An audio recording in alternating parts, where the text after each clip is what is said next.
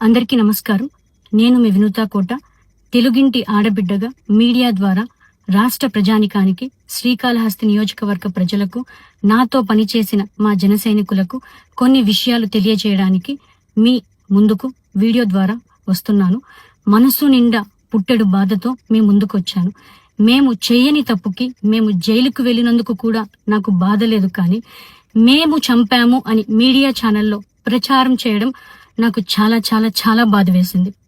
అతని చావులో మా ప్రమేయం లేదని గౌరవ కోర్టు భావించింది కాబట్టే నాకు 19 రోజుల్లో బెయిల్ వచ్చింది.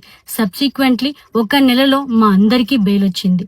మేము ఫారెన్ లో లక్షల జీతాలు వదులుకొని రాజకీయాల్లోకి వచ్చింది ప్రజలకు సేవ చేయడానికి, కానీ మనుషుల ప్రాణాలను తీయడానికైతే కాదు.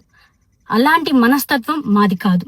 ఈ కేసులో మాకు ఎలాంటి సంబంధం లేదని గౌరవ కోర్టులో మేము నిరూపించుకొని క్లీన్ చీట్ తో తప్పకుండా ఈ కేసు నుండి బయటకు వస్తాం.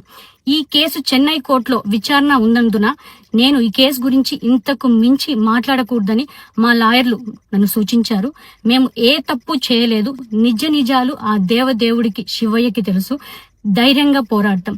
నేను జనసేన పార్టీ అధినేత శ్రీ పవన్ కళ్యాణ్ గారిని కలవడానికి ట్రై చేస్తున్నాను కాబట్టి ఇన్ని రోజులు మీడియా ముందుకు రాలేదు. మేము ప్రస్తుతం చెన్నైలో ఉన్నాము. త్వరలో నా పైన జరిగిన కుట్రకు సంబంధించిన వీడియోలతో, ఆధారాలతో మీడియా ముందుకు వస్తానని తెలియజేస్తున్నాను.